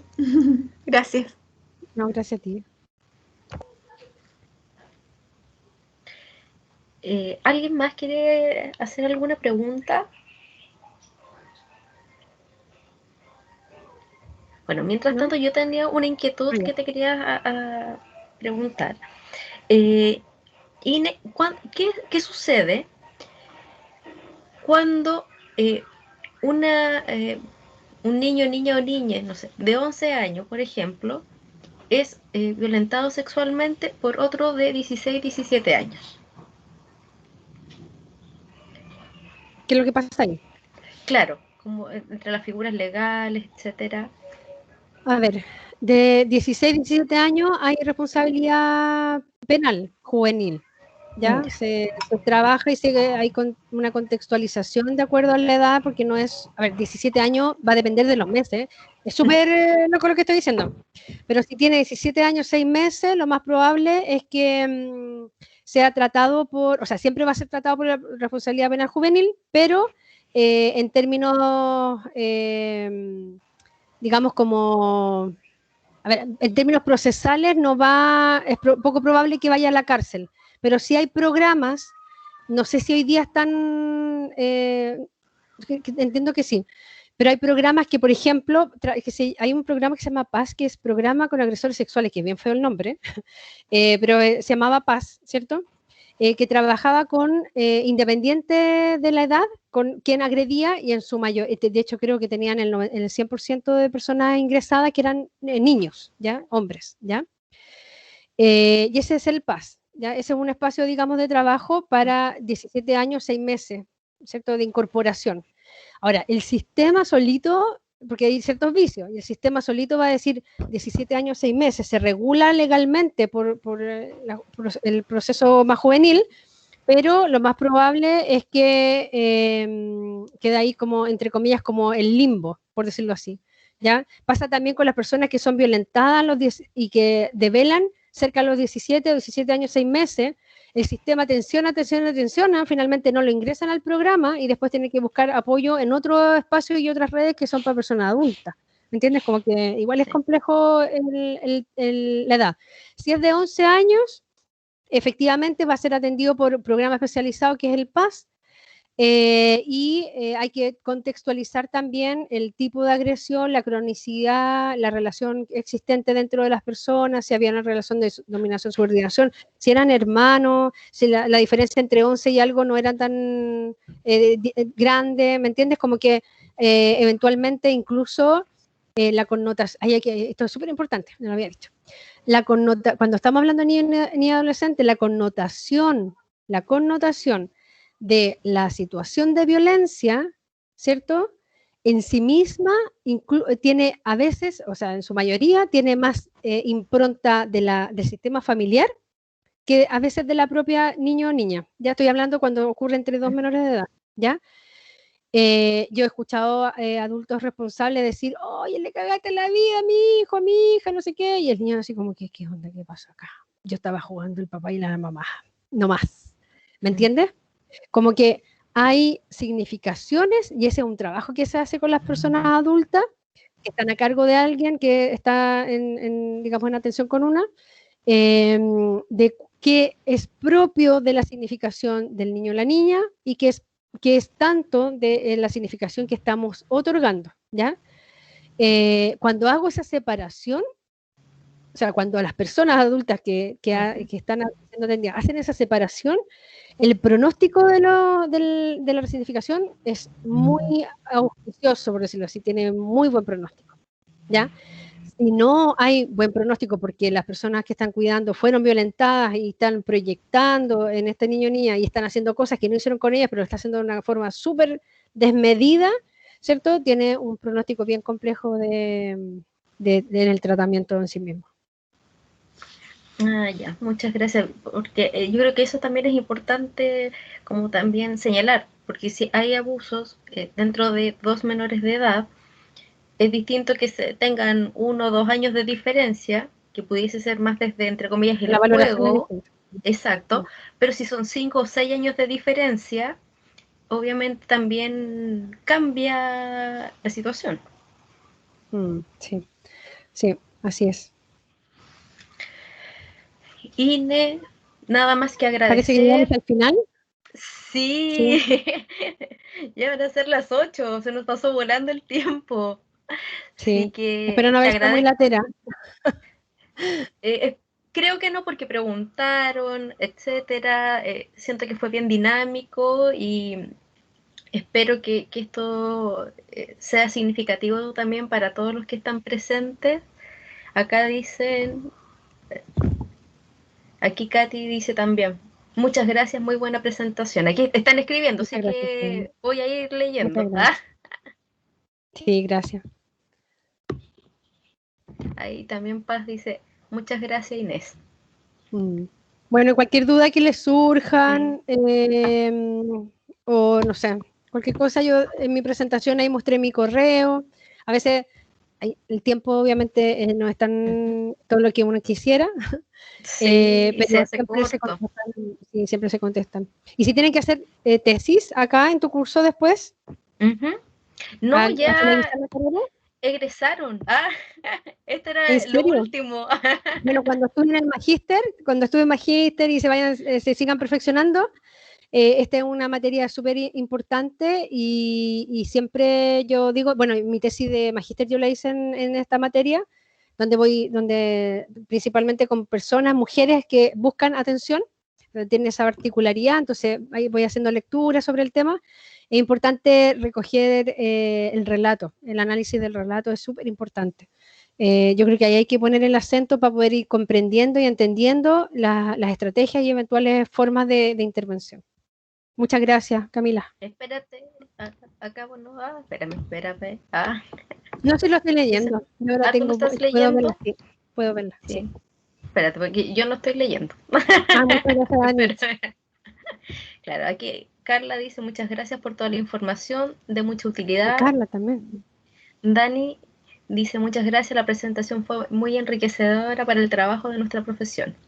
Camila dice también muchas gracias por la presentación, fue muy informativa y todo muy claro. Javier abandonó. Tengo una pregunta. No, Javier se fue, nos dejó. Hablando, se me ocurrió. Para una persona que quiere especializarse justamente en trabajo con mujeres, hombres, todas las personas que en el fondo hayan sufrido algún tipo de abuso sexual, ¿dónde sugieres tú que sería el mejor lugar para especializarse? Porque Mira, no creo que haya que hacer un magíster en eso. No. Ya, mira, lo que pasa es que los magísteres, mira, tú en tu carrera tienes que ir perfilándote un poquito respecto a cuál es el área que te va tomando mayor atención, pues la que te involucra, la que te apasiona y no te cansa jamás de hablar de ella. Eso es importante. Luego de eso uno va adquiriendo o va tomando cursos de actualización en la materia, ¿ya? En la materia de violencia sexual, en materia de vulneración de derechos de niños y adolescentes, en materia de, ¿me entiendes? Como que vas, ya. Luego, con tu experiencia, por eso yo recomendaba, después que tú tienes tu experiencia y tú dices, ¿qué miércoles es lo que está pasando acá? ¿Cómo explico esta área de aquí? Es donde ahí yo te invito a buscar un magíster que eventualmente te pueda entregar esas herramientas teóricas para poder dar fundamento a lo que tú estás reconociendo como experiencia. ¿Me entiendes? Como que el magíster, los magísteres, porque hay magísteres, son súper amplios, pero la pregunta que tú haces finalmente para poder hacer tu tesis de investigación tiene que ir en directa relación con tu experiencia laboral, con tu experiencia, porque no, por eso que yo recomiendo magíster después, no el magíster saliendo de la universidad, porque el magíster te invita a analizar un tema, pero si no tienes tanto bagaje laboral, tú vas a investigar un tema que eventualmente no es tu tema de vida, ¿me entiendes? Pero cuando es tu tema de vida, hoy te apasiona. Yo estudié el magíster ya vieja, con hijos, me costaba a las 5 de la mañana, pero fascinada de lo que estaba haciendo porque iba a lograr llegar a la respuesta de la pregunta que siempre me estuve haciendo, que finalmente cómo desde la perspectiva de género, desde la teoría de género, se entiende la violencia sexual, cómo las personas incorporan desde la perspectiva de género esta violencia. Porque, ¿y sabes por qué me lo pregunté? Porque, por ejemplo, la gente decía, no, es que este gallo es enfermo. Y yo decía, pero, a ver, yo atiendo niños, niñas, adolescentes cuando era chica. O sea, chica, digamos, estaba recién en esta área, digamos, en PRM. Yo decía, pero ¿cómo? Si el agresor voy a inventar, trabaja en no sé qué cuestión y esa cuestión igual es importante, por ejemplo. ¿O cómo si este señor trabaja en un área en donde se reza? no es enfermo. ¿Y cómo si esta persona es una persona que ha tenido cercanías con el ámbito educacional?